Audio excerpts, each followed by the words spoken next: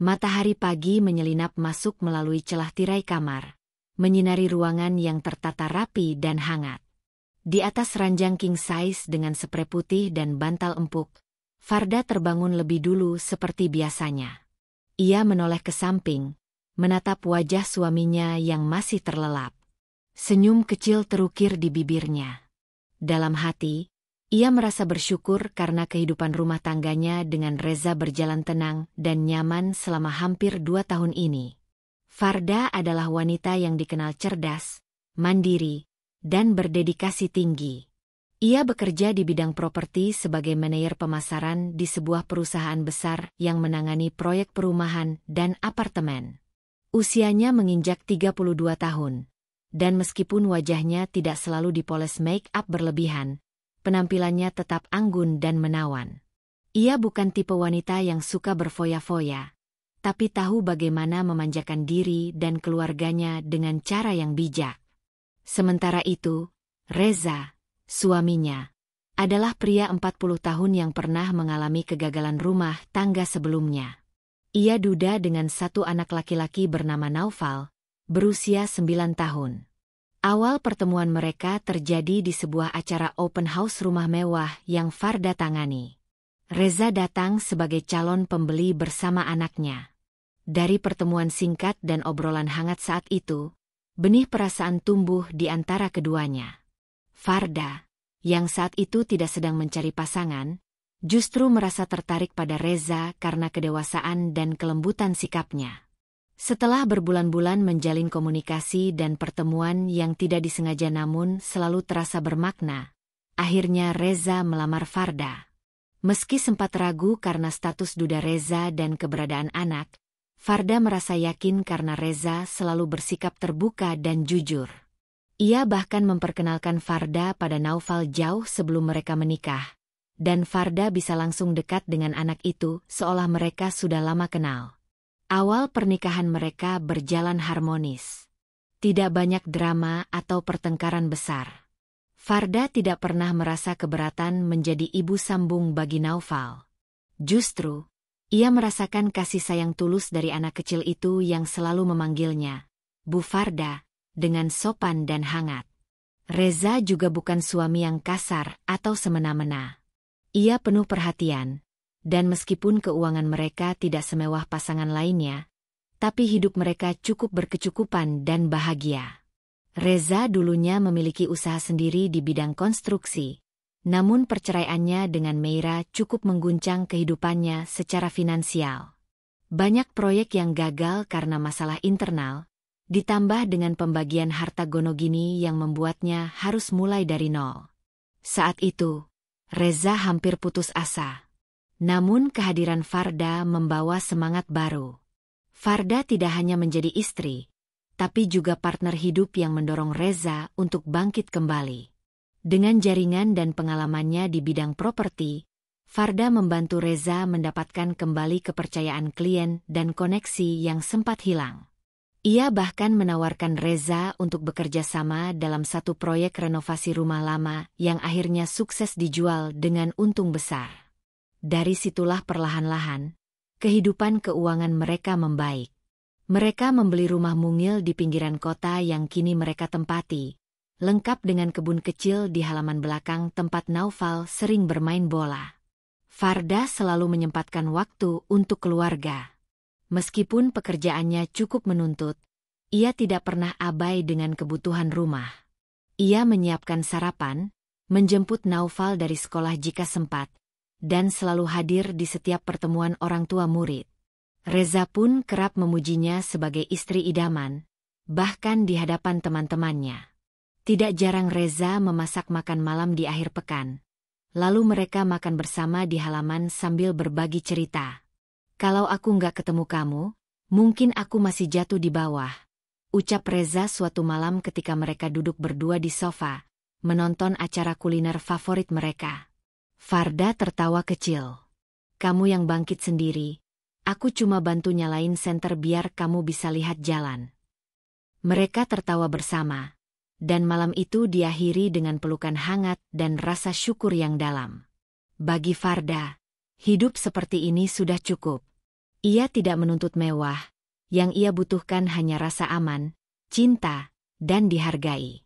Dan selama 2 tahun ini, ia merasa mendapatkan semua itu dari Reza dan Naufal. Hubungan Farda dan Naufal juga semakin erat. Anak itu sering membantu Farda di dapur atau menemaninya berbelanja. Kadang-kadang, mereka menghabiskan akhir pekan dengan menonton film animasi bersama, membuat kerajinan tangan, atau berkebun. Naufal pernah bahkan secara polos berkata pada teman-temannya bahwa Bu Farda lebih enak diajak ngobrol daripada ibu kandungnya. Farda hanya tersenyum mendengarnya. Meski dalam hatinya ia tak ingin anak itu membandingkan ibu dan ibu sambungnya. Setiap bulan, Reza rutin mengirim uang untuk kebutuhan Naufal yang tinggal bersama mereka, dan juga memberi sedikit untuk Meira sebagai bentuk tanggung jawab. Farda tak pernah mencampuri urusan itu, karena sejak awal ia berkomitmen untuk tidak ikut menciptakan drama.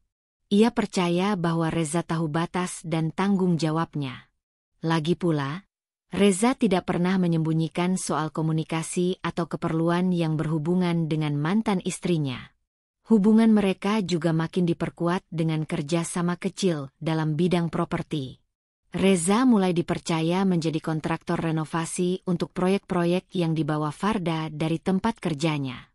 Uang hasil kerjasama itu tidak hanya cukup untuk kehidupan sehari-hari, tetapi juga menjadi tabungan masa depan mereka. Mereka mulai merencanakan liburan keluarga ke luar negeri tahun depan, membeli mobil baru, dan bahkan membuka rekening pendidikan untuk Naufal. Lingkungan tempat tinggal mereka pun nyaman. Tetangga mereka ramah, dan sering mengundang Farda dan Reza dalam acara kecil di sekitar kompleks. Farda dikenal sebagai wanita yang sopan dan tidak suka bergosip, sedangkan Reza dianggap pria baik yang kembali bangkit setelah masa sulit. Mereka dianggap pasangan ideal oleh banyak orang. Namun, di balik semua itu, Farda tetap rendah hati. Ia tak pernah membanggakan dirinya secara berlebihan. Dalam setiap langkah, ia selalu melibatkan Reza dan menjadikan keputusan rumah tangga sebagai hal yang harus dibicarakan bersama. Bagi Farda, rasa hormat dan kepercayaan adalah 2 pilar penting dalam pernikahan. Waktu terus berjalan, dan musim hujan mulai datang. Suatu pagi saat mereka sarapan bersama, Reza berkata bahwa ia ingin memperluas usaha renovasinya sendiri tanpa tergantung pada proyek dari tempat kerja Farda. Aku kepikiran mau buka workshop sendiri. Ada lahan kosong dekat terminal. Kalau bisa aku cicil dari sekarang, mungkin 3 bulan lagi bisa jalan, ucap Reza sambil menyeruput teh hangat. Farda menyambutnya dengan semangat. Itu ide bagus, Za. Tapi semua harus kamu hitung matang. Jangan ambil dari tabungan pendidikan Naufal. Ya, kalau butuh, aku bisa bantu pakai bonus bulan depan. Reza memegang tangan Farda dan menatapnya penuh cinta. Aku nggak tahu harus bilang apa. Kamu bukan cuma istri, kamu cahaya hidupku. Dan Farda percaya bahwa ucapan itu bukan basa-basi. Ia melihat tulusnya mata Reza, dan ia merasa tenang. Dalam benaknya, rumah tangganya akan terus berjalan dalam harmoni seperti ini, saling mendukung dan menghargai. Hari-hari berlalu dengan tenang. Tidak ada pertengkaran besar. Tidak ada tangis yang meledak-ledak. Bahkan ketika Reza harus pergi 2 hari keluar kota untuk urusan kerja, Farda mengurus semuanya di rumah tanpa keluhan. Ia percaya pada Reza, seperti Reza mempercayainya. Begitulah kehidupan Farda dan Reza di awal pernikahan mereka. Sebuah potret rumah tangga yang mungkin tidak sempurna, tapi cukup hangat dan menenangkan. Semua terlihat baik-baik saja. Semua terasa penuh cinta dan harapan. Namun Farda tidak tahu bahwa cinta saja tak cukup untuk membuat seseorang setia. Ia tidak tahu bahwa sesuatu sedang tumbuh diam-diam di balik ketenangan itu. Beberapa minggu setelah Reza menyampaikan keinginannya membuka workshop sendiri, suasana rumah perlahan mulai berubah. Tidak serta-merta menjadi kacau, tidak juga langsung terasa asing, tapi seperti ada sesuatu yang menggantung di udara, tak terlihat, tak terdengar, namun perlahan menyelimuti kehangatan yang dulu ada. Farda mulai memperhatikan bahwa Reza kini sering termenung. Setiap pagi, setelah sarapan bersama, ia duduk lebih lama di teras belakang sambil menatap pohon mangga yang mulai rontok daunnya karena musim hujan. Tangannya menggenggam cangkir teh, tapi tak benar-benar menyeruputnya. Ketika Farda menyapanya, Reza hanya tersenyum kecil dan menjawab sekenanya. Lagi mikir soal tempat usaha itu, katanya. Farda tidak langsung curiga. Ia mengira Reza sedang mengalami tekanan karena rencana membuka workshop itu memang bukan hal yang ringan. Perlu perhitungan, modal, tenaga, dan tentunya banyak waktu. Sebagai istri yang peka, ia mencoba tidak menekan atau memaksa Reza bicara lebih dari yang ia mau. Farda hanya menemaninya duduk sesekali, atau menyelipkan camilan ringan agar suasana hati suaminya bisa lebih baik. Ia masih percaya bahwa semua baik-baik saja. Namun, hari-hari berikutnya menunjukkan gejala yang lebih aneh. Reza mulai lebih sering keluar rumah. Kadang pagi-pagi sekali sudah berpamitan untuk mengecek lahan, atau bertemu orang lapangan. Sepulangnya pun sudah malam, bahkan kadang nyaris tengah malam. Ia membawa bau jalanan, lelah, dan kata-kata singkat. Tidak ada lagi cerita panjang di meja makan. Tidak ada lagi pertanyaan ringan seperti, "Tadi kamu makan siang di mana?" Atau, "Proyek yang di Surabaya jadi, enggak?" Farda mulai merasa kehilangan sesuatu yang dulu selalu ia nikmati setiap malam. Obrolan ringan, saling bertukar kabar, dan tawa kecil di sela-sela kelelahan. Tapi lagi-lagi, ia menenangkan dirinya. Reza sedang fokus pada usaha barunya, pikirnya. Laki-laki memang begitu kalau sedang merintis, bisa lupa waktu dan lupa dunia. Namun, batin Farda mulai terusik ketika akhir pekan pun Reza tidak sepenuhnya berada di rumah. Biasanya mereka akan pergi bertiga, Farda, Reza, dan Naufal, untuk jalan-jalan atau sekadar makan di luar. Kini, Reza justru sering punya agenda sendiri. Katanya harus survei bahan bangunan, bertemu kenalan lama, atau kadang bahkan tidak memberi penjelasan sama sekali. Yang lebih mengganjal, Reza mulai sulit diajak bicara serius.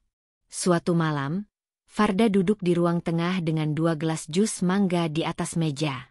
Ia menunggu Reza datang dari kamar mandi untuk mengajaknya bicara soal dana simpanan yang bisa digunakan untuk rencana usaha. Tapi saat Reza duduk, meminum jusnya separuh, dan mendengar Farda menyebut tabungan bersama, reaksinya justru datar. Kalau soal itu, nanti aja ya dibahas. Aku lagi nggak pengen mikir soal uang sekarang, ucapnya sambil memainkan ponsel di tangan. Farda mencoba bersabar. Aku nggak maksud desak, Za. Cuma, biar kita bisa atur dari sekarang. Aku juga bisa bantu hitung-hitungannya. Reza tersenyum tipis. Iya, aku tahu. Tapi nanti aja, ya. Setelah itu ia bangkit dari sofa dan kembali ke kamar. Farda masih duduk sendiri dengan segelas jus yang tak disentuhnya. Hatinya mulai berdebat dengan logikanya. Reza masih baik, masih sopan, tidak marah-marah, tidak bersikap kasar. Tapi kenapa ia terasa menjauh? Kenapa seperti ada batas tak kasat mata di antara mereka sekarang?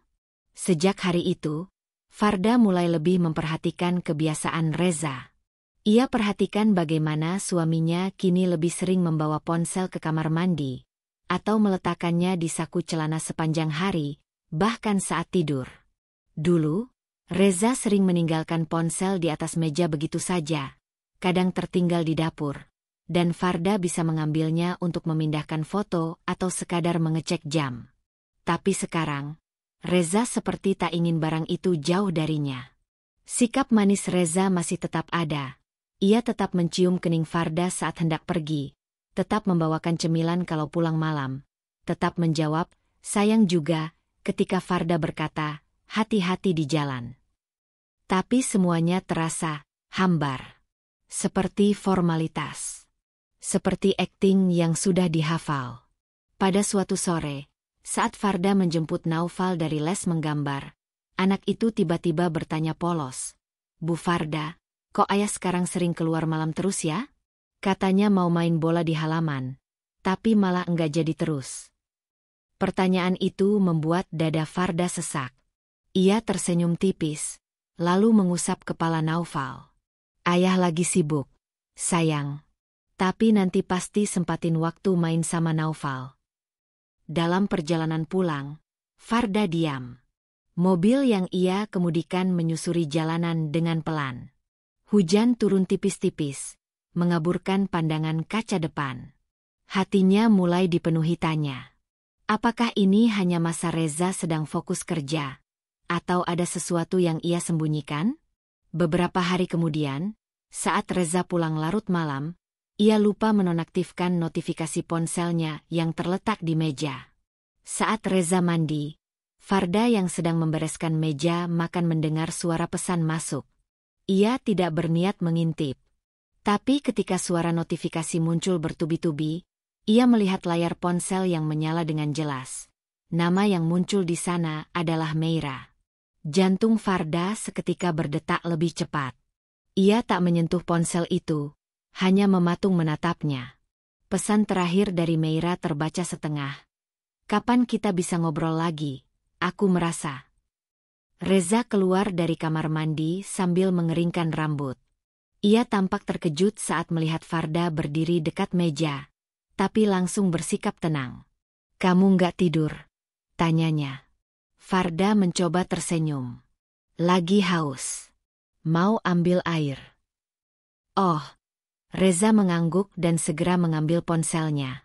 Ia melirik layarnya sekilas, lalu menyelipkannya ke saku celana. Malam itu, Farda tidak bisa tidur. Matanya menatap langit-langit kamar, sementara suara hujan di luar jendela seperti ikut menyuarakan keresahannya. Ia tidak ingin berprasangka. Ia tidak ingin langsung menuduh. Tapi kenapa nama Meira kembali muncul? Bukankah hubungan mereka sudah berakhir? Bukankah selama ini Reza mengatakan bahwa Meira hanya sebatas ibu dari anaknya? Keesokan harinya, Farda mencoba bersikap seperti biasa. Ia menyiapkan sarapan, mengantar Naufal, dan bahkan mencium pipi Reza saat pria itu pamit berangkat. Tapi dalam hatinya, ia mulai mengumpulkan tanda-tanda. Ia mulai menyusun keping-keping kejanggalan yang sebelumnya ia abaikan. Percakapan singkat, perubahan sikap, frekuensi keluar rumah yang meningkat, dan kini, kehadiran Meira yang diam-diam kembali menjalin komunikasi. Hari itu, Farda mengambil cuti setengah hari dari kantor. Ia butuh waktu untuk sendiri, untuk merenung, untuk berpikir jernih. Ia pergi ke sebuah taman yang tidak jauh dari rumah, duduk di bangku di bawah pohon beringin besar. Angin bertiup pelan, dedaunan berguguran perlahan. Farda menggenggam cangkir kopi dari kedai dekat taman, sementara pikirannya melayang ke masa lalu, ke saat ia pertama kali memutuskan menikah dengan Reza, menerima masa lalunya, dan berkomitmen untuk bersama. Ia tidak pernah menyesali pilihannya. Ia tahu Reza adalah pria dengan beban. Ia tahu Meira akan selalu ada karena Naufal. Tapi Farda percaya, selama ada komitmen dan keterbukaan, semua bisa dijalani. Namun kini, keyakinan itu mulai goyah. Reza tidak lagi terbuka. Ia tidak lagi membagi pikirannya. Dan yang lebih menyakitkan, ia menyembunyikan sesuatu. Farda tidak tahu apa yang harus ia lakukan saat ini. Ia belum mau berpikir terlalu jauh. Ia belum mau menarik kesimpulan. Tapi satu hal pasti, ada yang berubah. Dan perubahan itu bukan lagi sekadar tekanan kerja. Ini lebih dalam, lebih personal. Dan Farda harus bersiap untuk menghadapi apapun yang akan ia temukan nanti. Sore hari, ia kembali ke rumah dengan wajah tenang. Ia menyapa Naufal yang sedang bermain, memasak makan malam, dan menunggu Reza pulang seperti biasa. Ia ingin melihat, mencatat, dan mengenali semua gelagat. Ia tidak akan bertanya, tidak akan menyerang, tidak akan meledak. Belum. Karena ia tahu, kadang-kadang, diam adalah cara terbaik untuk membuka topeng seseorang. Dan malam itu, saat Reza duduk di meja makan dengan senyum tipis yang kembali terasa hambar, Farda hanya membalas dengan senyum serupa. Ia tahu permainan ini belum berakhir. Justru baru saja dimulai. Pagi itu, Farda sedang membereskan baju-baju kotor di kamar ketika ponsel Reza yang tergeletak di meja rias tiba-tiba bergetar berkali-kali.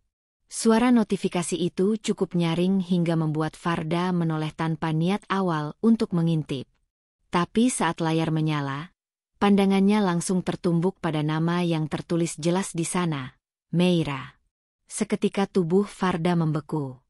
Nafasnya tercekat. Jantungnya berdegup lebih kencang dari biasanya. Ia hanya berdiri mematung, menatap layar yang menampilkan satu pesan yang masuk. "Zah, kamu jadi datang sore ini? Naufal pasti senang banget bisa kumpul lagi kayak dulu." Pesan yang tidak panjang, tapi cukup untuk membuat Farda terpaku dengan berbagai asumsi yang saling bertabrakan dalam pikirannya. Sebelum ia sempat memproses semuanya, suara langkah kaki Reza terdengar dari luar kamar. Farda buru-buru membalikkan tubuh, seolah sedang sibuk melipat baju. Ponsel Reza masih menyala di meja. Pria itu masuk dengan santai, lalu mengambil ponselnya tanpa curiga. Tak ada penjelasan, tak ada pengakuan. Hanya keheningan yang tiba-tiba menebal di antara mereka. Namun sore harinya, saat Farda tengah menyeduh teh di dapur, Reza tiba-tiba mendekat dan berkata, seolah membaca gelagat istrinya yang berubah. "Tadi Meira kirim pesan. Cuma soal Naufal aja," ujarnya tenang, tanpa ditanya. "Dia pengin ketemu anaknya. Katanya udah lama enggak ngobrol berdua." Farda diam sejenak sebelum menjawab pelan. "Iya, aku lihat tadi pesannya masuk." Reza sedikit terkejut, tapi tidak tampak merasa bersalah. "Enggak ada apa-apa, Far. Cuma ngobrol soal anak, itu aja." Farda tersenyum tipis, mencoba menunjukkan wajah percaya meski hatinya tidak sepenuhnya yakin. Ia tahu Meira adalah masa lalu Reza. Ia tahu mereka masih harus berhubungan karena Naufal.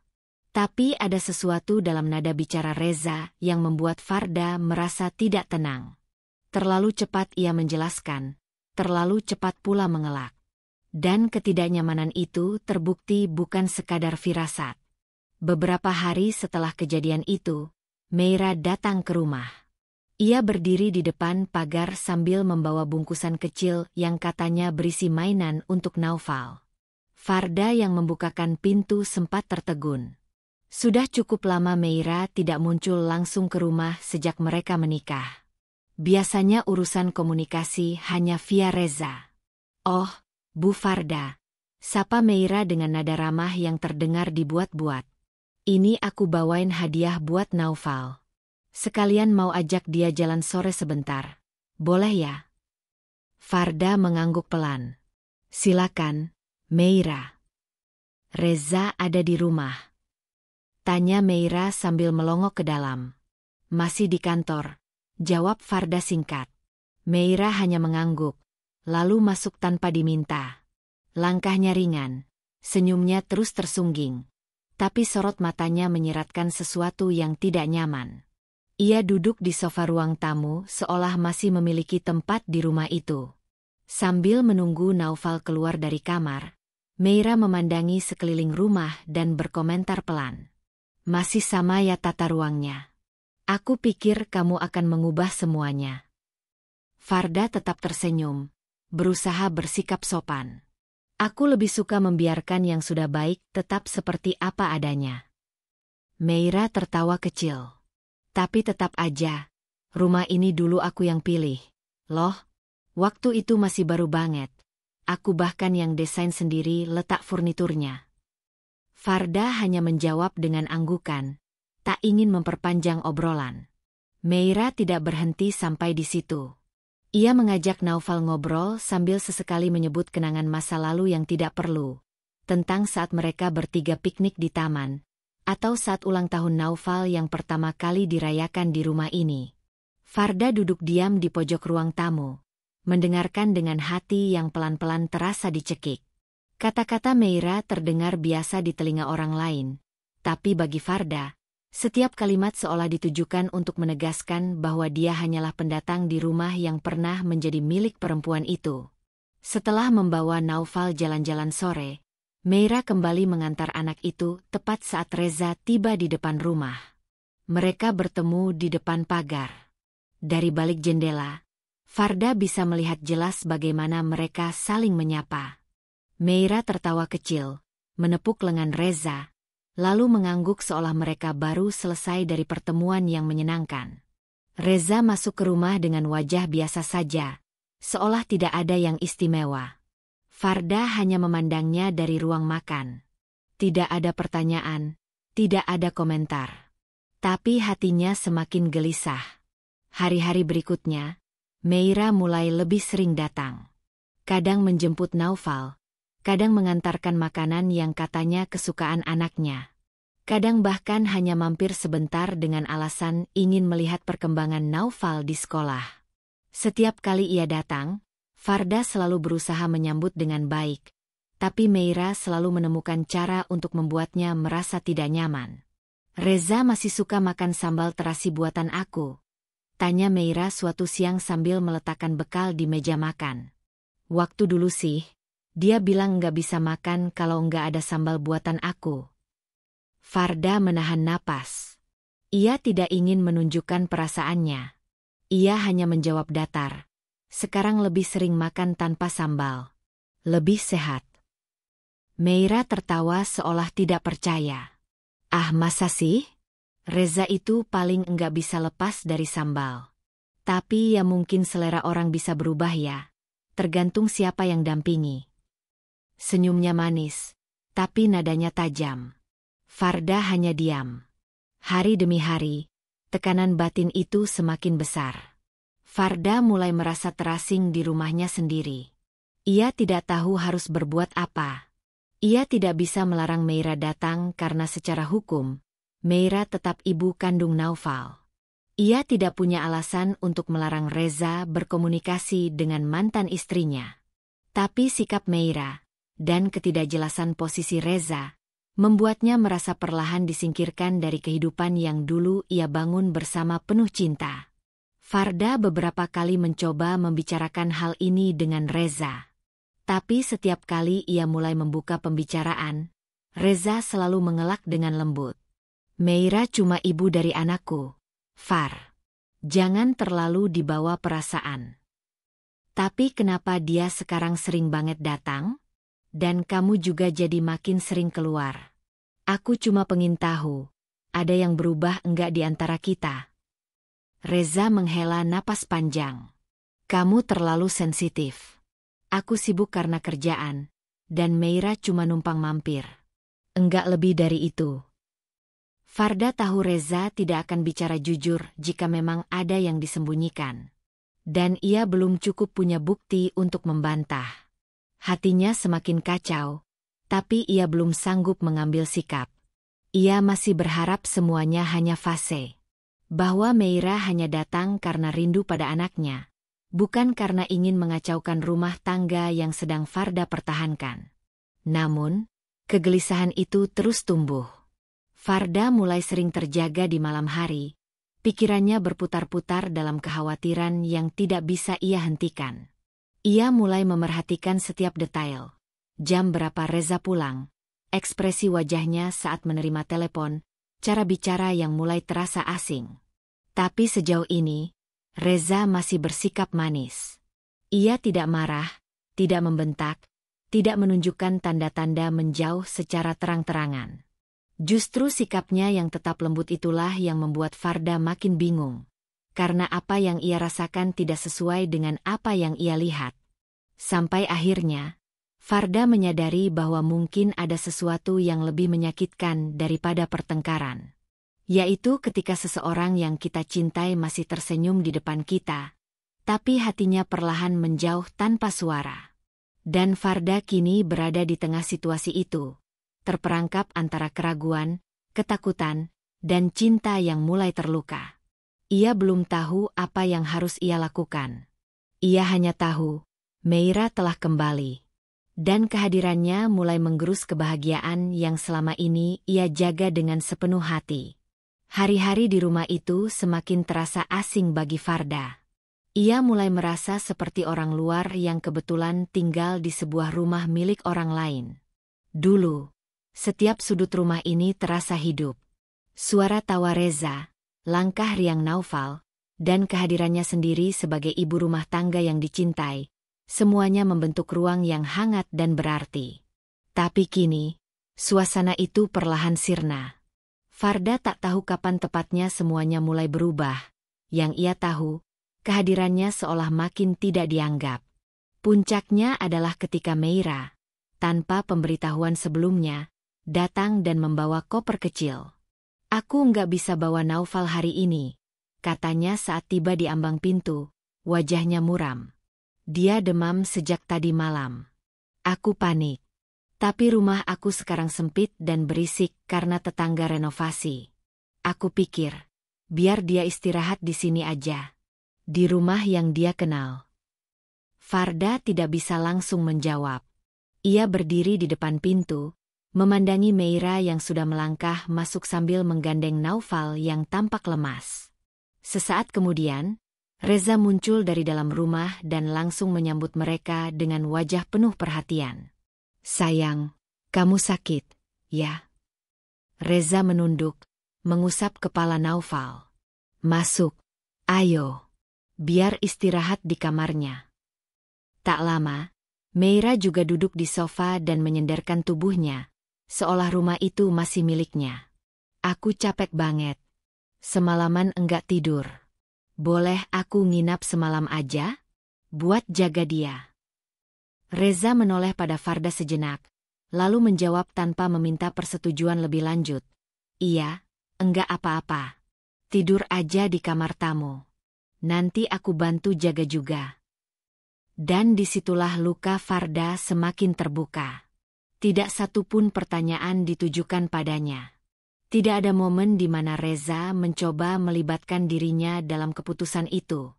Ia hanya berdiri, menatap Reza dan Meira yang seolah-olah sudah menjadi satu kesatuan utuh, sementara dirinya adalah bayangan yang tak terlihat.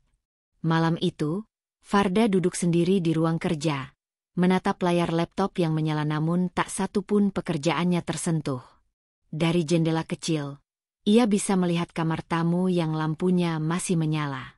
Meira ada di dalamnya. Ia mendengar suara Naufal yang batuk pelan, lalu suara Reza yang menenangkan dengan lembut. Suara yang biasanya hanya untuk dirinya, kini teralih sepenuhnya. Tangis itu datang tanpa aba-aba. Diam-diam, ia menangis dalam senyap. Bukan karena Meira tinggal sementara, bukan karena Naufal sakit, tapi karena ia merasa tidak lagi punya tempat. Ia tidak marah, tidak juga membenci. Ia hanya merasa ditinggalkan, tanpa perlu ditinggalkan secara fisik. Beberapa hari kemudian, Meira tidak kunjung pergi. Ia beralasan Naufal belum sepenuhnya pulih, dan Reza tampak tidak keberatan. Bahkan, Reza mulai terbiasa makan bersama Meira dan anaknya di meja makan, sementara Farda, yang biasanya duduk di samping Reza, kini lebih sering menyendiri di ruang kerja atau dapur. Perlahan tapi pasti, posisi Farda dalam rumah itu berubah. Dulu, semua orang menanyakan pendapatnya, soal menu makan malam, soal pengaturan jadwal sekolah Naufal, soal keputusan belanja rumah tangga. Tapi kini, Meira mengambil alih semua itu, dan Reza seolah membiarkannya. Yang lebih menyakitkan lagi adalah ketika Reza mulai tanpa sadar membandingkan Farda dan Meira dalam percakapan sehari-hari. Meira bilang, Naufal lebih cocok pakai susu merek A daripada B. Katanya waktu kecil dia lebih kuat daya tahan tubuhnya. Ujar Reza suatu malam saat mereka sedang makan malam bertiga. Farda diam. Ia tahu maksudnya mungkin hanya saran, tapi cara Reza menyampaikannya membuatnya seperti orang asing yang tak tahu apa-apa tentang anak yang sudah ia rawat 2 tahun ini. Meira juga dulu rajin banget bikin jus tiap pagi. Naufal jadi enggak gampang sakit. "Kamu masih simpen blendernya kan, Far?" Masih, jawab Farda singkat, menunduk. Hatinya kembali terasa nyeri. Seolah belum cukup. Suatu sore Reza berkata dengan nada ringan yang justru menikam. Meira itu, ya, kadang cerewet, tapi dia selalu tahu apa yang dibutuhkan Naufal. Kadang aku rindu juga masa-masa waktu dulu kami jadi orang tua baru. Farda hanya tersenyum kecil. Ia tak tahu harus merespons apa. Yang ia tahu, ucapan-ucapan seperti itu bukan lagi nostalgia, tapi bentuk pengingkaran terhadap apa yang telah ia berikan selama ini. Selama 2 tahun, ia bukan hanya menjadi istri Reza, tapi juga ibu sambung yang tulus bagi Naufal. Tapi semua itu kini terasa tidak dihargai. Malam-malam berikutnya diisi dengan keheningan. Reza semakin sering berbicara dengan Meira. Kadang di ruang tamu, kadang di dapur, kadang bahkan sambil mencuci piring bersama. Farda lebih banyak menghabiskan waktu di kamarnya. Ia menulis jurnal, membaca ulang surat nikah mereka, dan bertanya-tanya, di mana letak kesalahannya? Apakah ia terlalu baik? Terlalu percaya? Tapi meski hatinya hancur, Farda belum ingin menyerah. Ia masih mencoba mempertahankan rumah tangga ini. Ia tetap menyiapkan makanan, tetap mencuci baju, tetap mencium Naufal saat anak itu berangkat sekolah. Tapi setiap senyum yang ia berikan kini terasa dipaksa, seperti peran yang harus ia jalani tanpa skenario. Ketika Meira pergi keluar sebentar untuk urusan pribadi, Farda memanfaatkan momen itu untuk bicara dengan Reza. Mereka duduk di ruang tamu, dan Farda mengumpulkan keberanian yang tersisa. "Za," ucapnya pelan. "Aku mau tanya satu hal." Reza menoleh, ekspresinya biasa saja. "Apa, Far? Kamu masih anggap aku istri kamu?" Pertanyaan itu sederhana, tapi membuat suasana mendadak sunyi. Reza terlihat sedikit kaget, lalu mengalihkan pandangan. "Kamu kenapa tanya kayak gitu?" "Karena aku ngerasa, aku enggak dihitung dalam rumah ini. Semua keputusan kamu ambil sendiri.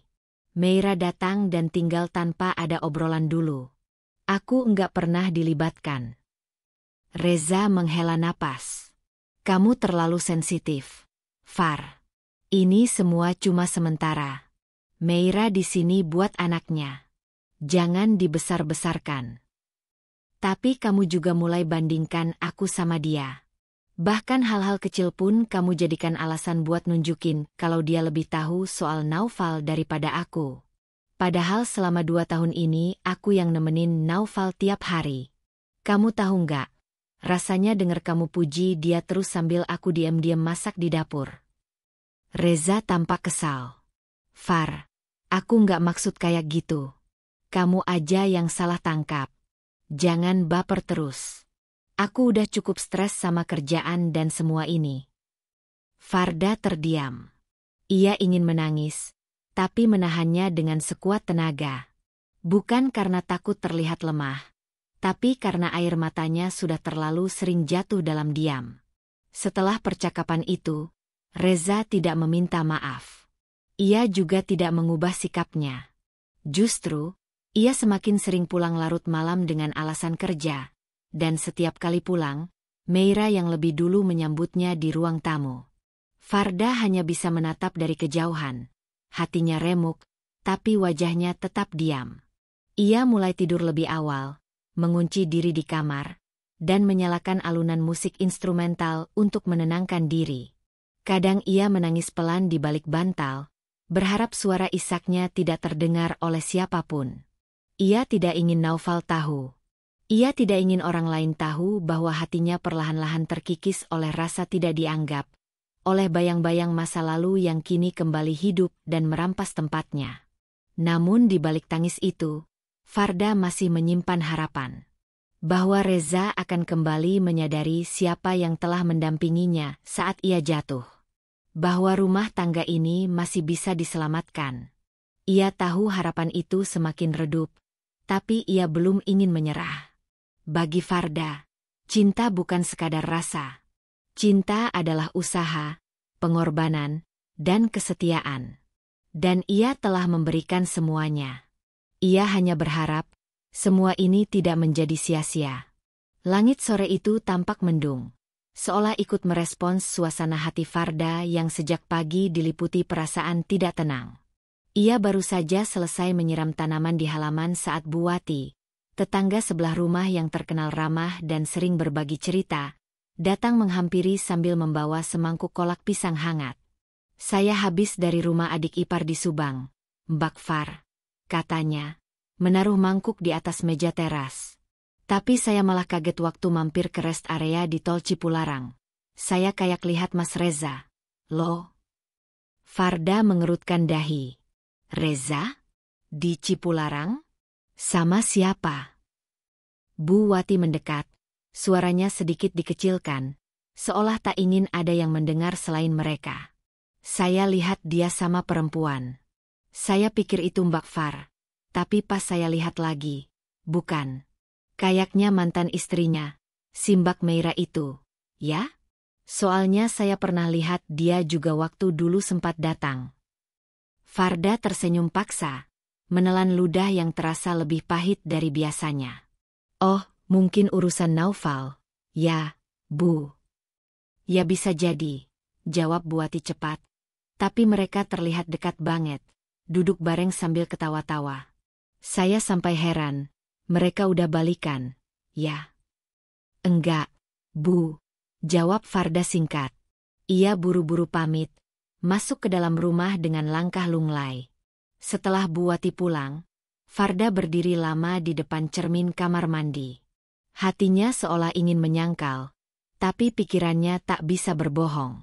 Ada sesuatu yang benar-benar tak wajar di antara Reza dan Meira. Terlalu banyak kebetulan. Terlalu banyak kebetulan yang membuatnya perlahan merasa seperti sedang disingkirkan secara halus. Sore itu, ketika Reza pulang, Farda mencoba bicara dengan nada tenang. Mereka duduk berdua di ruang makan, ditemani secangkir teh yang sudah mulai mendingin. Farda menatap mata suaminya dalam-dalam. "Za, tadi Bu Wati mampir. Dia bilang lihat kamu sama Meira di Cipularang." Reza mengangkat alis. "Cipularang? Oh, ya. Waktu itu nganter Naufal ke rumah neneknya, sekalian mampir makan siang." "Sendirian?" tanya Farda hati-hati. "Enggak, Meira ikut," jawab Reza cepat, lalu menambahkan, "tapi itu cuma urusan anak. Jangan dibikin besar. Kalau memang cuma soal Naufal, kenapa harus berdua? Kenapa nggak bilang?" Suara Farda mulai melemah, namun tetap berusaha tak terdengar menyudutkan. Reza menatapnya tajam, raut wajahnya berubah dingin. "Far, kamu mulai keterlaluan. Dari kemarin kamu terus curigain aku. Semua yang aku lakukan selalu kamu curigai." "Aku nggak curiga, Za. Aku cuma nanya karena kamu nggak pernah cerita. Tapi kamu nyindir terus. Kamu bikin rumah ini keruh dengan prasangka kamu." Suara Reza meninggi. "Kalau kamu nggak bisa percaya, ya buat apa kita terusin?" Farda tercekat. Kata-kata Reza barusan seperti tamparan yang menyakitkan. Ia terdiam, membiarkan Reza beranjak dari meja makan dan masuk ke kamar sambil membanting pintu. Malam itu, Farda menangis di dalam selimut, tanpa suara. Ia sudah terlalu sering menangis.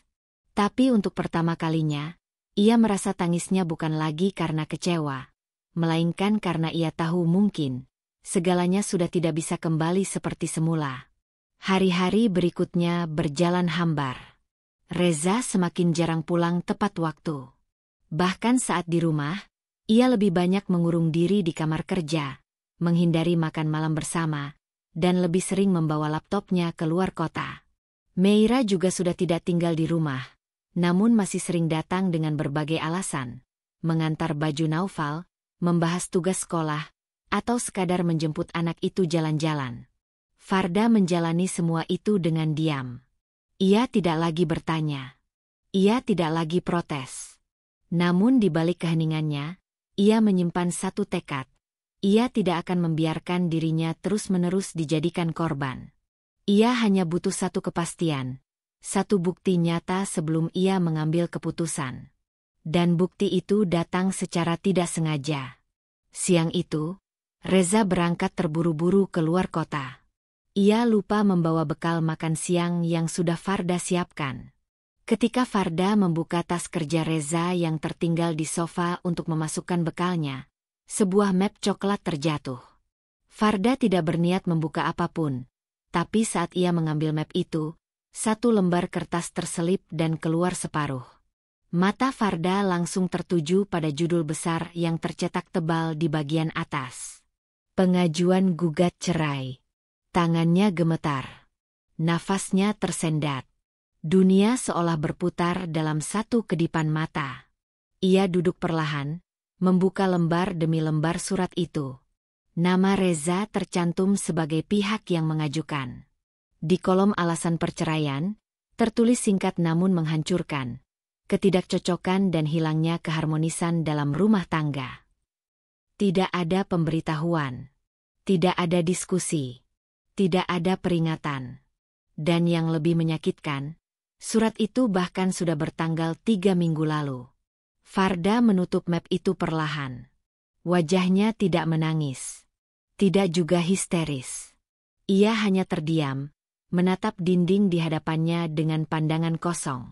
Sakitnya bukan lagi seperti ditusuk, tapi seperti diiris pelan-pelan hingga tak terasa, lalu ditinggalkan terbuka begitu saja.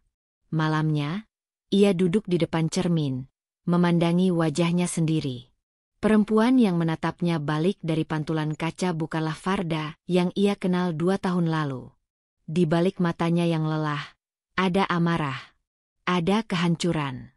Ada luka yang tidak akan sembuh hanya dengan permintaan maaf atau sekadar pelukan basa-basi. Tapi juga ada tekad. Ada kekuatan baru yang mulai tumbuh dari serpihan kepercayaannya yang hancur. Farda tidak ingin mengamuk. Ia tidak ingin menjerit di hadapan Reza. Ia tidak ingin menyulut api yang akan membakar habis martabatnya sendiri. Ia bukan perempuan lemah yang bisa dibuang begitu saja setelah dimanfaatkan. Mulai malam itu, ia menyusun rencana. Ia mulai mencatat setiap perubahan sikap Reza. Setiap hari pulangnya, ia menyiapkan salinan surat cerai itu diam-diam. Ia konsultasi dengan pengacara tanpa sepengetahuan siapapun. Ia mengecek semua aset yang selama ini atas nama mereka berdua. Tabungan bersama, rumah, mobil, bahkan surat kepemilikan usaha kecil yang sempat mereka dirikan di awal pernikahan. Pelan tapi pasti, Farda kembali mengingat siapa dirinya. Ia adalah perempuan mandiri. Ia yang membantu Reza bangkit dari kehancuran finansialnya setelah cerai dengan Meira. Ia yang mengulurkan tangan saat Reza tidak punya apa-apa. Dan kini, ia akan mengambil kembali semua yang telah menjadi miliknya, sebelum Reza menyerahkan semuanya pada masa lalunya. Ia tidak akan menangis lagi. Tidak dengan cara yang sama. Kali ini, air matanya akan berubah menjadi kekuatan. Dan diamnya akan berubah menjadi senjata paling tajam.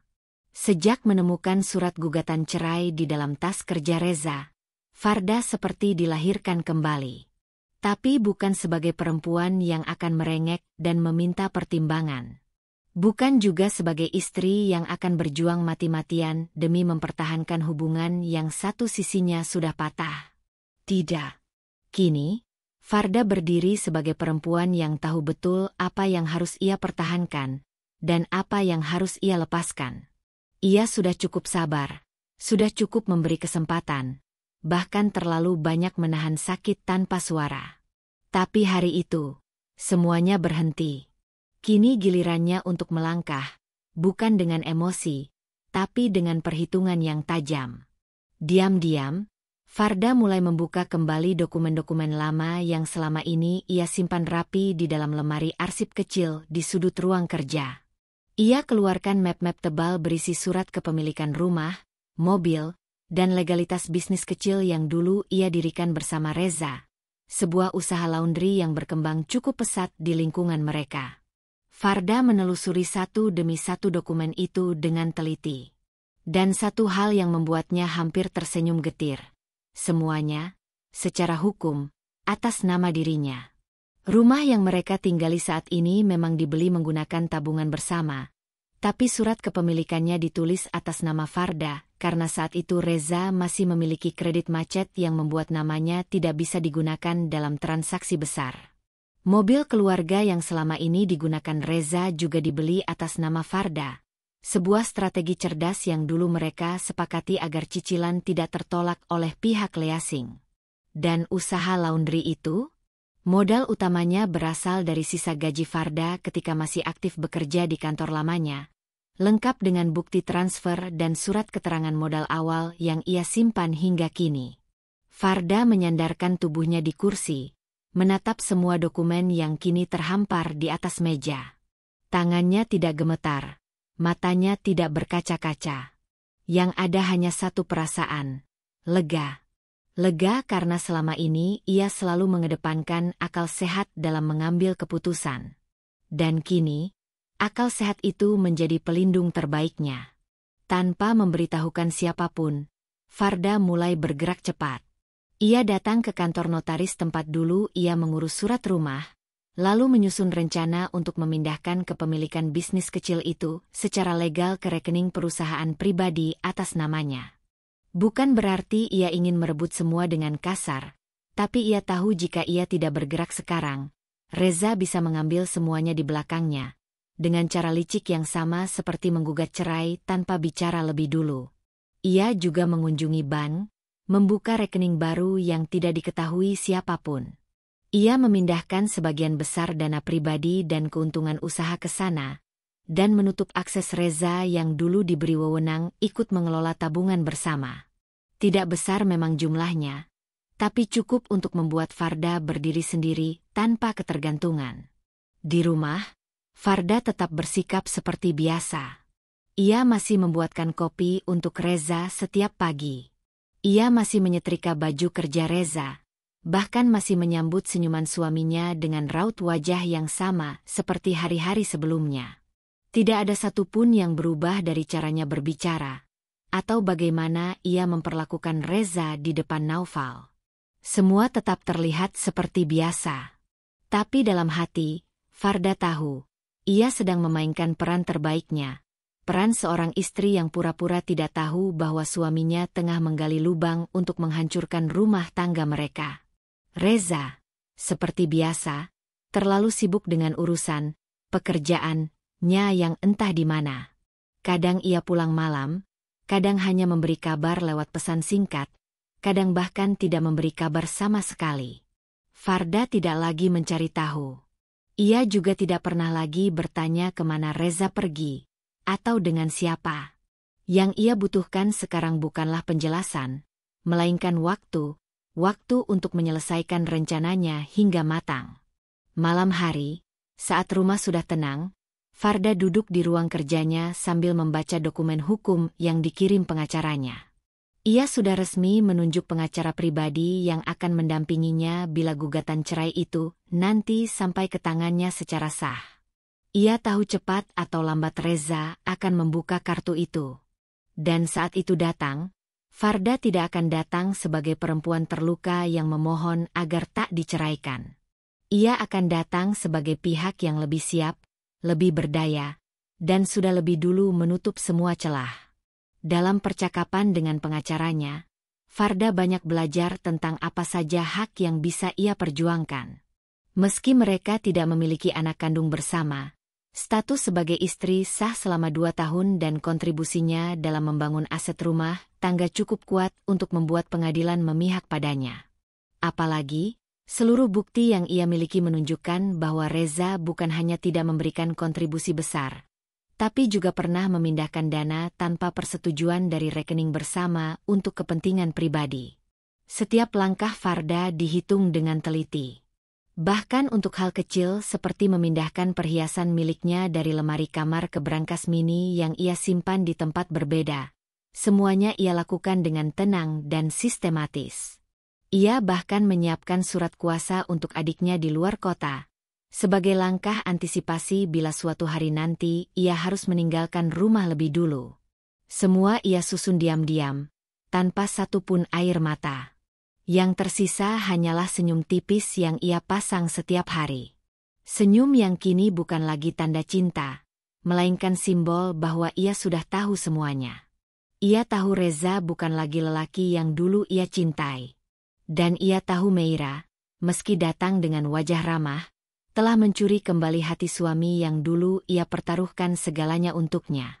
Suatu malam, saat Reza pulang larut dan menyapa Farda dengan basa-basi seperti biasa, Farda hanya tersenyum sambil menatap wajah laki-laki itu dalam-dalam. "Kamu kenapa liatin aku gitu?"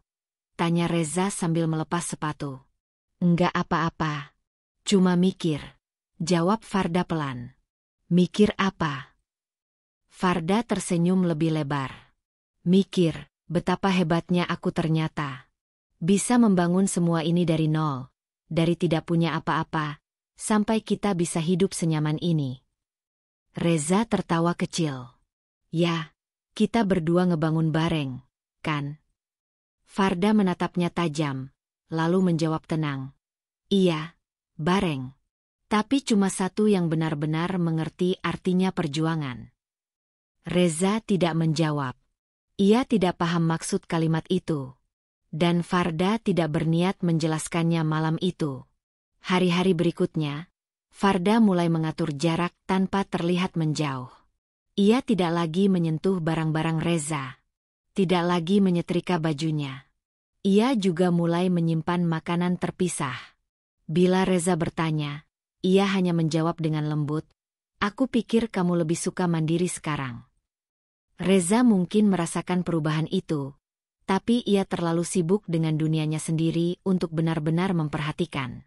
Ia terlalu yakin bahwa Farda akan selalu ada, akan selalu sabar, akan selalu diam. Tapi Reza salah besar. Karena kali ini, Farda tidak sedang menunggu untuk diperhatikan.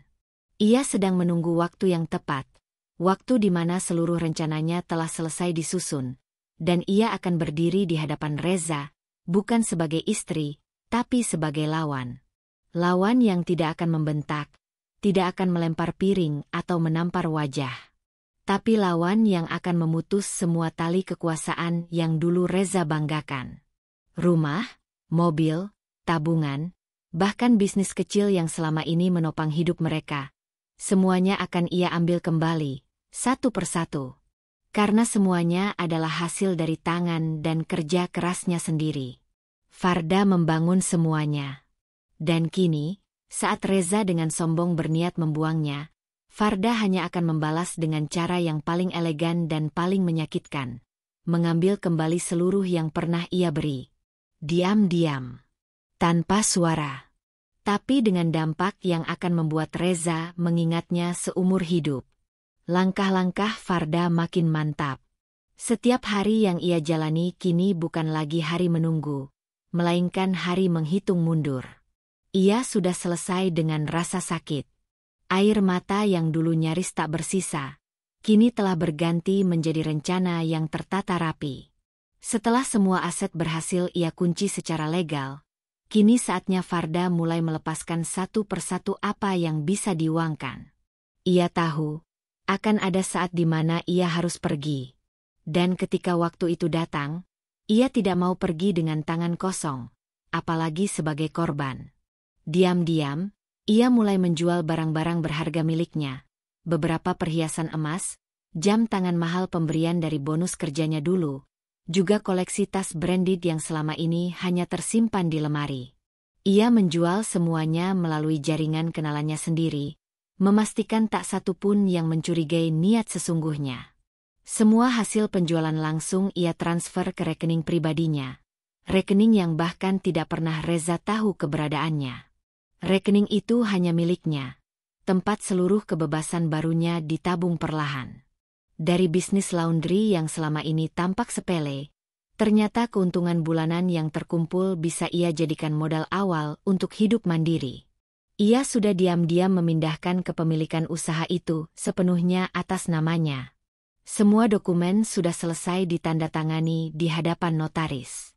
Ia juga mengatur agar pembukuan usaha tidak lagi dikirim ke email bersama, tapi langsung ke email barunya.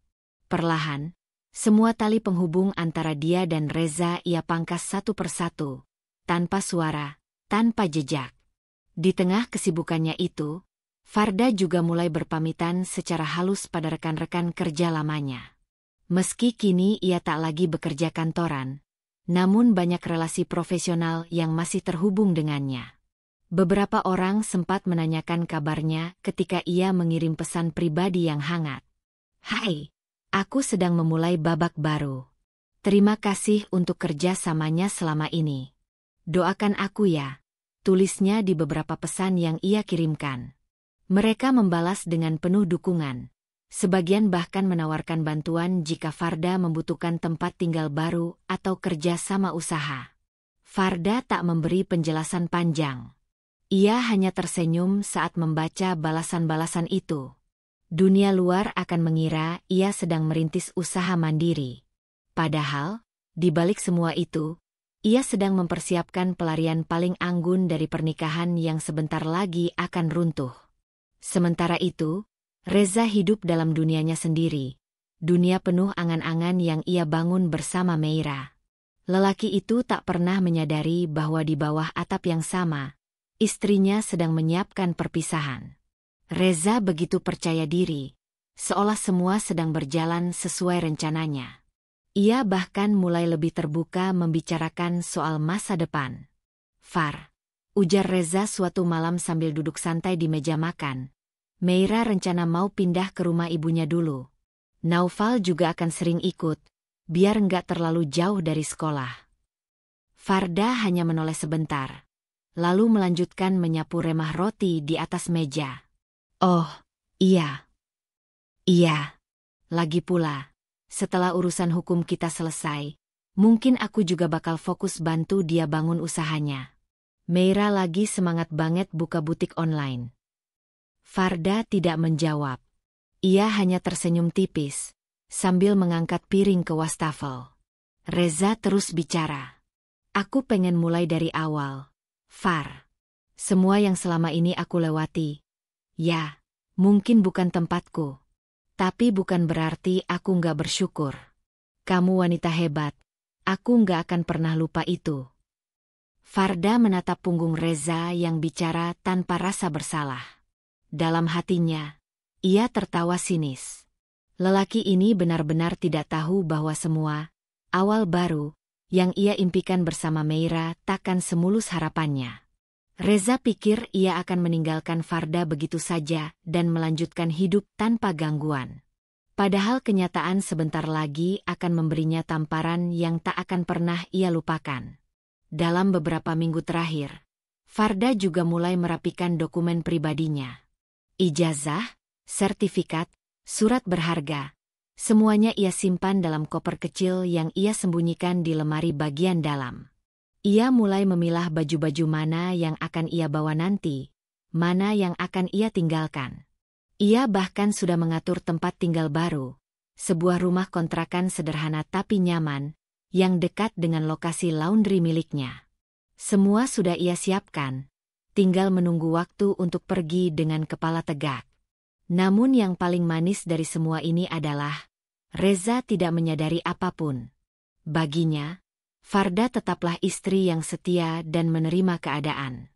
Seseorang yang akan pasrah saat ditinggalkan, lalu berbalik hanya dengan tangis dan protes. Ia terlalu meremehkan hati yang selama ini ia sakiti. Ia tak tahu bahwa diam seorang perempuan bisa lebih menakutkan dari kemarahan yang meledak. Suatu sore, Reza pulang sambil membawa satu katalog desain rumah. "Nanti aku pengen renov rumah ibu," katanya dengan penuh semangat. "Biar kita, aku dan Meira, bisa tinggal di sana sebentar sebelum cari rumah baru." Farda menatapnya lama. Ia tidak menyela, tidak bertanya, tidak juga tersenyum. "Kamu nggak apa-apa, kan?" tanya Reza, agak canggung. Farda akhirnya menjawab, suaranya pelan namun tegas. "Aku cuma mau bilang satu hal, Za." "Apa?" "Semoga rencana kamu lancar. Semoga semua yang kamu impikan benar-benar jadi kenyataan." Tapi ingat satu hal. Jangan pernah lupakan siapa yang membangun semuanya dari awal. Karena tanpa pondasi itu, rumah baru kalian nanti mungkin tak akan berdiri lama. Reza mengernyit bingung. Tapi sebelum ia bisa bertanya lebih jauh, Farda sudah berbalik dan masuk ke kamarnya. Malam itu, Farda menuliskan pesan perpisahan untuk dirinya sendiri di buku hariannya. Bukan pesan yang cengeng, melainkan semacam deklarasi. Ia menulis dengan hati yang kuat. Aku telah membangun semuanya dengan cinta, dengan tenaga, dengan air mata. Tapi jika semua itu dianggap angin lalu, maka tak ada alasan bagiku untuk tetap tinggal. Aku tidak pergi karena lemah. Aku pergi karena kuat. Karena aku pantas memulai lagi, tanpa beban, tanpa luka yang terus diulang. Esoknya, ia menatap halaman rumah dengan pandangan yang berbeda. Bunga-bunga yang ia tanam dulu, pohon mangga yang ia rawat sejak kecil, bahkan lukisan di ruang tamu yang dulu ia pilih sendiri bersama Reza, semua itu akan ia tinggalkan. Tapi Farda tahu, yang lebih penting bukan apa yang ditinggalkan, melainkan kemana arah langkah berikutnya. Dan langkah itu sudah dekat. Ia hanya tinggal menunggu waktu yang paling tepat. Pesta perpisahannya sudah hampir selesai disiapkan. Tapi pesta ini bukan untuk orang banyak. Bukan untuk diumumkan. Ini adalah pesta diam-diam. Pesta kepergian yang paling indah, karena di dalamnya tidak ada tangisan, hanya kemenangan. Kemenangan yang tak terdengar. Tapi akan terasa, sampai ke dada Reza nanti, saat ia menyadari bahwa semua yang ia banggakan telah hilang, bersamaan dengan kepergian seorang perempuan yang selama ini tidak pernah ia hargai sepenuhnya. Pagi itu langit cerah, kontras dengan suasana hati Reza yang merasa sedikit gugup saat mengenakan kemeja biru favoritnya. Ia bercermin sejenak, lalu merapikan rambutnya, menyemprotkan parfum, dan melirik jam tangan. Sudah pukul 8. Ia harus segera ke pengadilan agama untuk melanjutkan proses surat cerai terhadap Farda. Dalam benaknya, proses ini akan segera selesai dan hidupnya bersama Meira bisa segera dimulai ulang. Seolah tak ada luka, tak ada tanggung jawab yang tertinggal. Sementara itu, Farda berdiri di dapur seperti biasa. Ia menyeduh kopi, menyajikannya di meja makan seperti setiap pagi. Tapi kali ini, ia tidak duduk untuk menunggu. Ia hanya berdiri sejenak, memandangi Reza yang berjalan terburu-buru sambil mengenakan sepatu.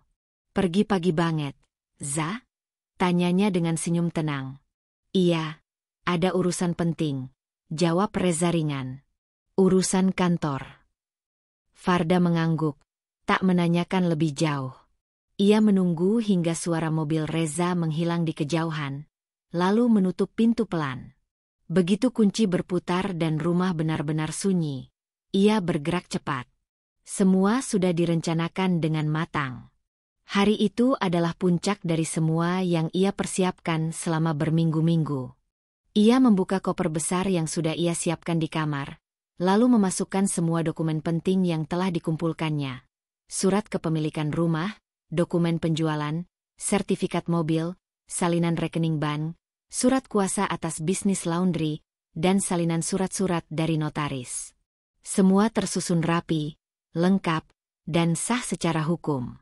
Ia mengenakan pakaian sederhana, kaos putih polos dan celana jeans, pakaian yang nyaman untuk bergerak cepat. Lalu ia membuka brankas yang disembunyikan di balik lemari pakaian. Di dalamnya, semua surat berharga dan sejumlah uang tunai sudah siap. Ia memasukkannya ke dalam tas tangan, lalu berjalan ke ruang tamu dengan langkah mantap. Farda menatap ruangan itu sejenak. Ruang tamu yang dulu dipenuhi canda tawa, kini hanya menyisakan gemah hening. Ia memutar pandangan ke setiap sudut rumah. Meja makan tempat mereka pernah berbagi cerita. Sofa tempat Reza dan Naufal sering tertidur bersama. Dinding tempat terpajang foto pernikahan mereka, yang kini sudah ia lepas dan simpan entah di mana. Semuanya akan ia tinggalkan hari ini. Namun bukan berarti ia pergi dengan tangan kosong. Sebelum Reza sempat menyentuh surat cerai itu di pengadilan, Farda sudah menyelesaikan semuanya lebih dulu. Rumah yang selama ini mereka tinggali, yang dulu dibeli bersama tapi secara legal atas nama Farda, sudah ia jual melalui proses cepat ke pembeli yang siap bayar tunai. Proses itu telah selesai kemarin sore, tepat ketika Reza menginap semalam di luar kota, yang katanya untuk urusan pekerjaan. Padahal bagi Farda, malam itu adalah momen tenang untuk menyelesaikan penandatanganan terakhir. Kini, surat penjualan rumah itu sudah resmi. Uang hasil penjualan pun sudah masuk ke rekening pribadi Farda. Rumah yang mereka bangun dan tinggali bersama selama 2 tahun lebih itu, bukan lagi milik siapapun dari mereka. Dan ketika Reza pulang nanti, rumah ini akan kosong. Farda mengangkat koper dan tasnya, lalu meletakkan sebuah amplop putih besar di atas meja makan. Di dalamnya, ada selembar surat pernyataan dan salinan dokumen legal yang menjelaskan bahwa rumah ini telah dijual. Surat itu ia tulis sendiri, ditandatangani dengan tenang dan mantap. Di akhir surat, ia menuliskan kalimat yang tak panjang tapi menohok. Yang kau banggakan sudah tak lagi jadi milikmu.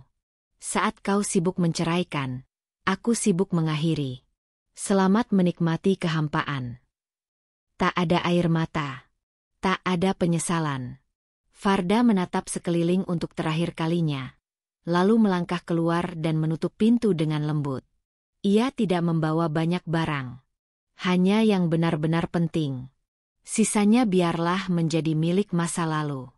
Di luar, seorang sopir taksi online sudah menunggunya.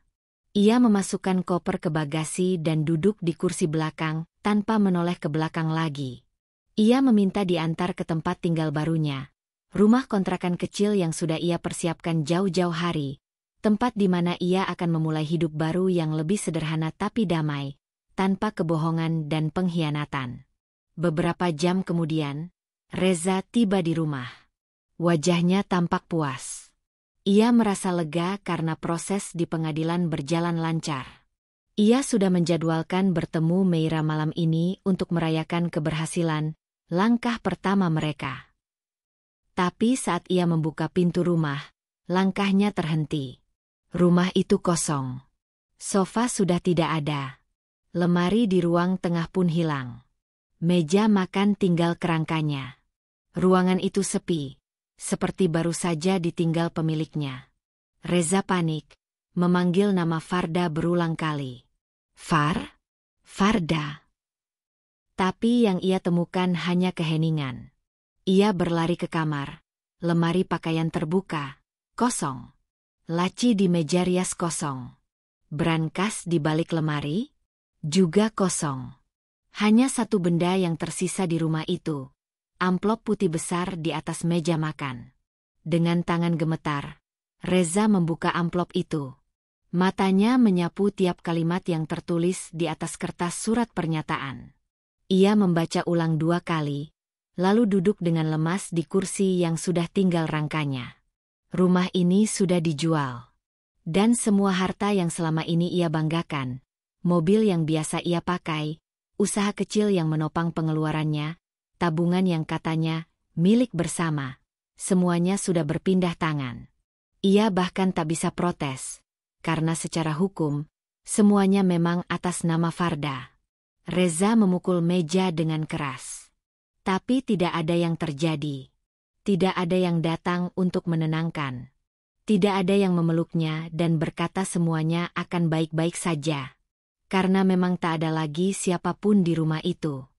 Hanya dia, dan kesendiriannya yang kini terasa menampar.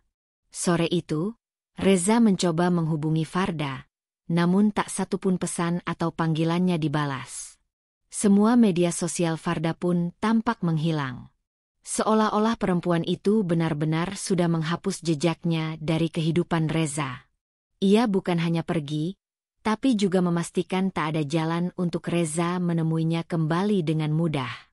Beberapa jam kemudian, Meira datang ke rumah, membawa makanan dan senyum lebar. "Sayang, aku udah pesen makan favorit kita buat ngerayain hari ini," ucapnya sambil masuk. Tapi wajahnya langsung berubah saat melihat rumah yang kosong. "Za, ini kenapa? Mana semua barang? Mana Farda?" tanyanya panik. Reza tidak menjawab. Ia hanya menyerahkan amplop putih itu ke tangan Meira. Meira membaca surat itu dengan wajah terkejut, lalu menatap Reza dengan mata melebar. "Kau bilang semua ini akan jadi milik kita."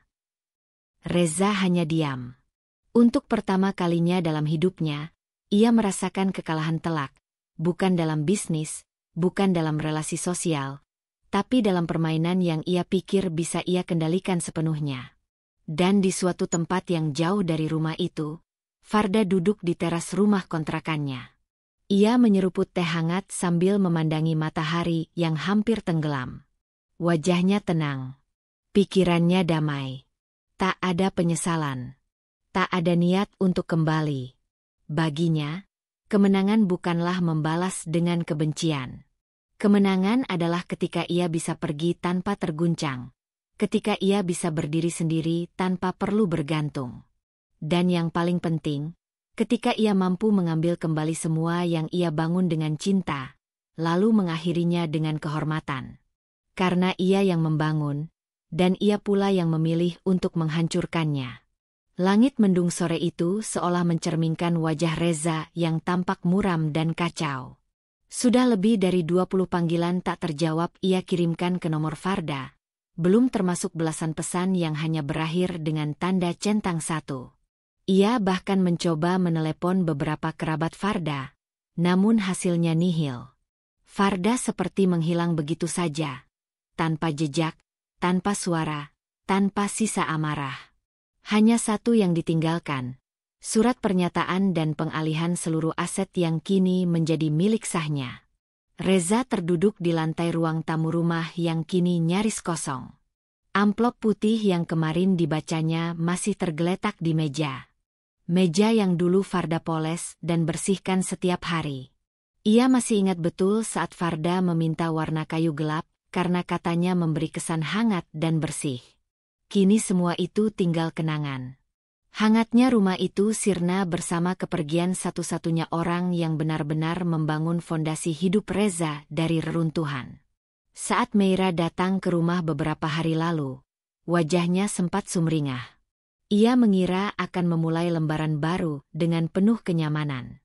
Tapi begitu melihat rumah itu kosong, dan Reza terduduk seperti orang linglung, semangatnya runtuh. Meira menatapnya dengan mata menyipit. Nadanya tinggi dan tak sabar. "Jadi maksud kamu, rumah ini bukan milikmu?" Reza tak menjawab. Ia hanya menggeleng pelan. Meira meraih surat yang tergeletak di atas meja, membacanya ulang dengan raut wajah yang berubah pucat. Mobil, bisnis, bahkan uang tabungan, semua atas nama Farda. Suaranya makin meninggi. "Za, kamu bilang semua ini sudah aman. Kamu bilang cuma tinggal tunggu waktu sampai dia keluar sendiri." "Dia lebih cepat dari dugaan kita," gumam Reza dengan suara berat. "Dan dia lebih pintar dari yang kupikirkan." Meira meletakkan surat itu dengan kasar di meja, lalu berdiri dengan tangan di pinggang. "Aku nggak mau hidup dari nol lagi, Reza. Aku bukan Farda. Aku nggak bisa tahan hidup di rumah sewa sempit atau naik motor tua kemana-mana." "Meira, tolong." Reza menatap Meira dengan wajah lelah. "Aku juga nggak nyangka dia akan secepat ini mengosongkan semua." "Tolong? Sekarang kamu minta tolong? Setelah kamu buang istri yang selama ini bangun hidup kamu, kamu pikir aku mau ikut jadi korban keduanya?" Meira menatap Reza dengan jijik. "Kau pikir aku cinta buta? Aku ikut kamu karena aku kira hidupmu udah stabil. Tapi ternyata, kamu cuma numpang nyaman di hidup istrimu." Ucapan Meira bagai pisau yang ditancapkan dalam-dalam ke dada Reza. Ia memang pernah merasa bangga bisa berdiri kembali setelah perceraian dengan Meira dulu. Tapi kini, semua fakta mengoyak kesombongannya. Rumah, mobil, tabungan, bisnis, semua atas nama Farda. Semuanya dibangun Farda. Dan kini, semuanya telah pergi bersama perempuan itu.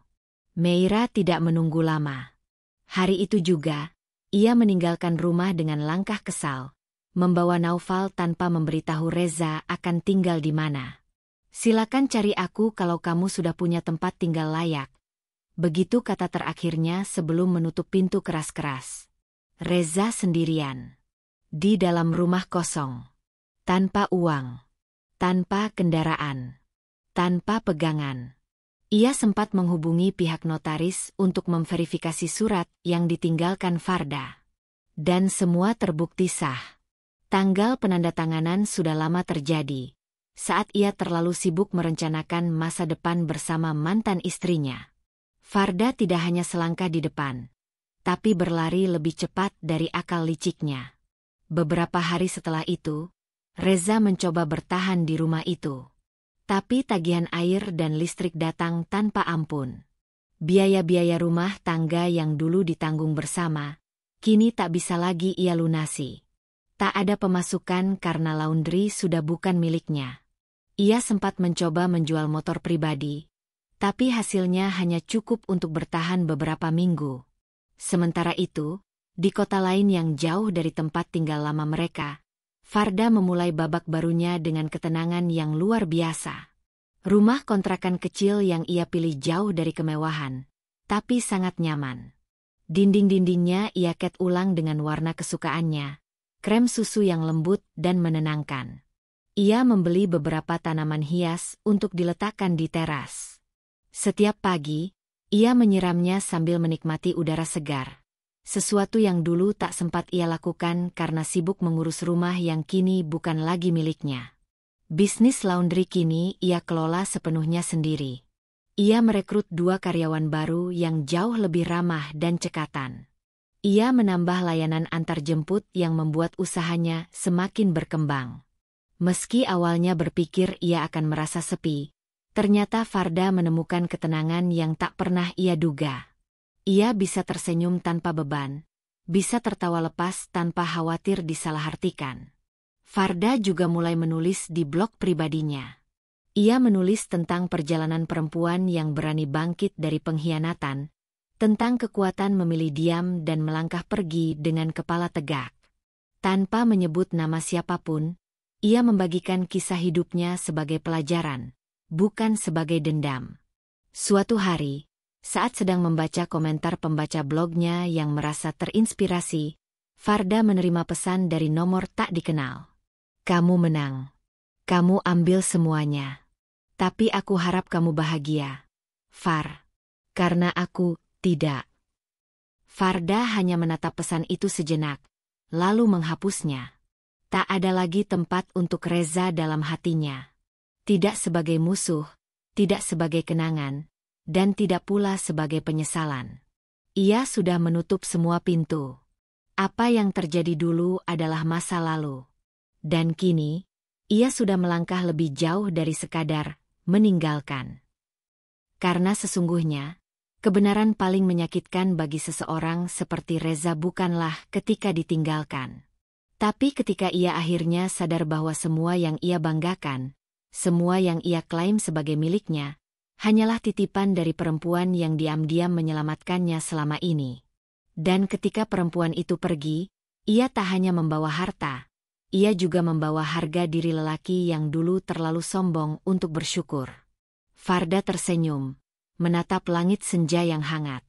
Hari itu ia menyadari satu hal. Kebenaran memang sering datang terlambat.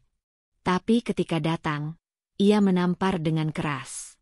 Bukan pada wajah, tapi pada kesadaran terdalam yang tak bisa disangkal. Dan saat itulah, perempuan seperti Farda tidak lagi butuh balas dendam. Karena kemenangan paling elegan adalah saat mereka bisa berjalan tenang, sementara yang menyakitinya merangkak dalam penyesalan. Waktu terus berjalan, membawa setiap akibat mendekat pada penyebabnya. Reza yang dulu begitu yakin akan memulai kehidupan barunya bersama Meira, kini justru sibuk mendatangi pengacara demi satu tujuan, menuntut balik Farda. Ia merasa dikhianati, merasa dirampas, Merasa dipermainkan oleh perempuan yang selama ini ia anggap hanya diam dan tak tahu apa-apa. Tapi di ruang sidang, hukum bicara dengan tenang dan tegas. Semua bukti menyatakan bahwa aset-aset yang diperebutkan itu, rumah, mobil, usaha, bahkan tabungan dan surat-surat tanah, sah milik Farda. Reza, dengan wajah tak percaya, duduk membeku di depan majelis hakim. Ia sempat membantah, menggugat bahwa harta tersebut dibangun bersama selama pernikahan. Namun bukti transfer, surat jual beli, bukti modal awal, hingga kepemilikan resmi semuanya menunjukkan bahwa Reza hanya numpang nama di dalam rumah tangga itu, tanpa kontribusi nyata secara hukum. Gugatan baliknya ditolak. Tidak hanya itu, ia bahkan diminta untuk membayar biaya perkara. Keluar dari pengadilan, Reza seperti lelaki yang kehilangan segalanya. Ia bukan hanya tak punya tempat tinggal, tak punya pekerjaan tetap, dan tak punya tabungan, tapi juga kehilangan harga diri. Meira, yang semula setia menemani proses persidangan, kini berdiri jauh di belakang, menatap Reza dengan wajah yang penuh rasa kecewa dan jengah. Tak perlu waktu lama bagi Meira untuk mengambil keputusan. Aku ikut kamu karena kamu punya masa depan, Reza, ucapnya dengan suara pelan namun menusuk. Tapi ternyata, semua yang kamu banggakan bukan milikmu. Semuanya dibangun perempuan yang kamu abaikan. Kalau kamu pikir aku akan tetap bertahan, kamu salah besar. Reza mencoba menahan Meira. Tapi kita sudah sampai sejauh ini. Kamu bilang ingin mulai dari awal. Awal. Meira mendengus sinis. Kita bahkan tak punya pondasi untuk mulai. Aku gak bisa ikut laki-laki yang bahkan gagal mempertahankan hidupnya sendiri. Meira pun pergi, kali ini untuk selamanya. Ia membawa serta Naufal, memilih kembali ke kehidupan lamanya dan memutus semua komunikasi dengan Reza. Di hari yang sama, Reza kehilangan segalanya. Istrinya, anaknya, rumahnya, dan rasa hormat dari orang-orang sekitarnya. Sementara itu, kehidupan Farda justru berputar dengan arah yang berlawanan. Usaha laundry yang dulu ia bangun bersama Reza kini berkembang pesat setelah ia kelola sendiri. Tak hanya membuka cabang kedua, ia juga mulai merambah ke bisnis franchise. Dengan manajemen yang rapi dan tim yang solid, usaha kecil itu tumbuh menjadi unit bisnis yang stabil dan menjanjikan. Tak puas sampai di sana, Farda juga membuka sebuah kafe mungil yang memadukan konsep coworking space dan ruang baca. Ia menamai kafe itu dengan sederhana. Satu langkah lagi. Sebuah pengingat bahwa hidup selalu memberi kesempatan baru jika seseorang cukup berani untuk melangkah. Tempat itu langsung ramai dikunjungi karena desainnya yang nyaman dan makanan sehat yang ia kurasi sendiri. Bukan hanya berhasil secara finansial, Farda juga mulai dikenal sebagai pembicara dalam seminar perempuan dan wirausaha. Beberapa media lokal menulis kisahnya sebagai inspirasi. Seorang istri yang ditinggalkan, namun justru tumbuh menjadi sosok mandiri yang tak bergantung pada siapapun. Ia tak pernah sekalipun menyebut nama Reza dalam wawancaranya. Karena bagi Farda, kemenangannya bukan untuk diumumkan sebagai balas dendam, tapi untuk dikenang sebagai pelajaran. Dalam setiap seminar, ia selalu menekankan satu hal, bahwa elegansi seorang perempuan bukan diukur dari seberapa keras ia membalas luka, tapi dari bagaimana ia berdiri saat semua orang berpaling. Ia menyampaikan itu bukan sebagai teori, tapi sebagai pengalaman hidupnya sendiri. Dulu saya pernah berada di titik di mana saya tidak tahu siapa diri saya tanpa suami. Tapi ternyata, saya lebih kuat dari yang saya kira. Dan itu bukan karena dendam. Tapi karena saya tahu nilai diri saya. Dan saya tahu saya layak untuk hidup yang lebih baik. Farda tak pernah membalas Reza dengan kemarahan. Ia tak pernah menyebarkan aib, tak pernah mencari pembelaan di media sosial, bahkan tak pernah menghalangi Reza melihat Naufal. Meski Meira sendiri akhirnya memilih memutuskan akses Reza karena kecewa. Tapi dunia tampaknya punya cara tersendiri untuk menegur orang yang salah. Reza, yang dulu hidup nyaman di balik kerja keras istri, kini terpaksa tinggal di kontrakan sempit milik sepupu jauhnya. Ia sempat melamar pekerjaan di beberapa tempat, tapi tanpa keahlian yang cukup dan reputasi yang memburuk, tak ada perusahaan yang benar-benar mau menerimanya. Ia pun mencoba menawarkan diri sebagai mitra usaha di beberapa tempat laundry lain, namun semua menolak karena ia tak membawa modal. Hari-harinya kini dipenuhi penyesalan. Setiap malam, ia duduk sendirian di dalam kamar yang pengap, menatap langit-langit tanpa tujuan. Satu-satunya hiburan hanyalah memandangi media sosial dan berita tentang kesuksesan Farda yang terus meningkat. Ia melihat wajah mantan istrinya itu tersenyum bahagia di acara pembukaan kafe, lalu di seminar perempuan mandiri, lalu di festival UMKM yang dihadiri pejabat daerah.